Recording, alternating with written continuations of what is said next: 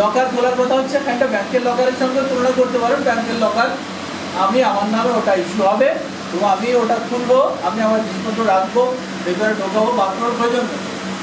Digital লকারের ব্যাপারটা কী হবে, আমি আমার যা জিনিসপত্র আছে, আমার মাধ্যমিকের সার্টিফিকেট, আমার কাস্ট সার্টিফিকেট, আমার বাড়ির দলিল, আমার যা যা রেশন কার্ড, আমার সব কিছু, সেগুলো আমি ডিজিটাইজড ওয়েতে ওখানে রেখে দেবো। আপনার একটা অ্যাকাউন্ট খোলা হবে আমার নামে এবং সেখানে আমি সব জিনিসগুলো স্ক্যান করে ডকুমেন্টেশন আমি করে দিতে পারবো এবং ওইটা অথেন্টিকেশনের ব্যাপারটা থাকবে আমারই হাতে। আমার একটা ডিজিটাল সিগনেচারও থাকবে।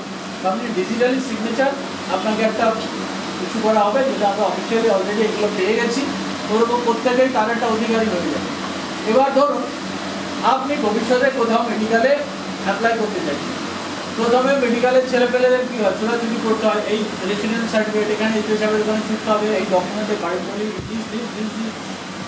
তখন কী হবে, আপনি শুধু ফর্মটা ফিল আপ করে দিলেন আর আপনার অ্যাকাউন্টের সঙ্গে ওটাকে রিলেট করে দিলেন, তাই তো? আমি টেকনিক্যাল ব্যাপারটা খুব ভালো বলতে পারবো। এইবার আমি আপনার জন্য যে যে ডকুমেন্ট আপনার কাছ থেকে আমার দরকার, আমি আপনার ওই অ্যাকাউন্টে অ্যাক্সেস নিয়ে নিলাম। অ্যাক্সেসে নিয়ে গিয়ে আমি দেখিয়ে নিলাম, হ্যাঁ ওর এই সার্টিফিকেট আছে, দিস ইজ এভরিথিং আছে।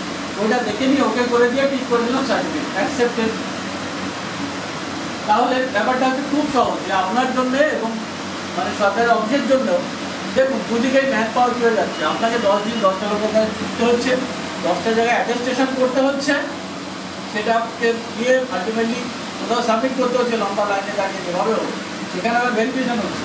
তেমনি সরকারি স্তরেও বা যে কোনো স্তরেও দেখুন তাদের একটা ম্যান পাওয়ার ইনভলভমেন্ট হয়ে যাচ্ছে।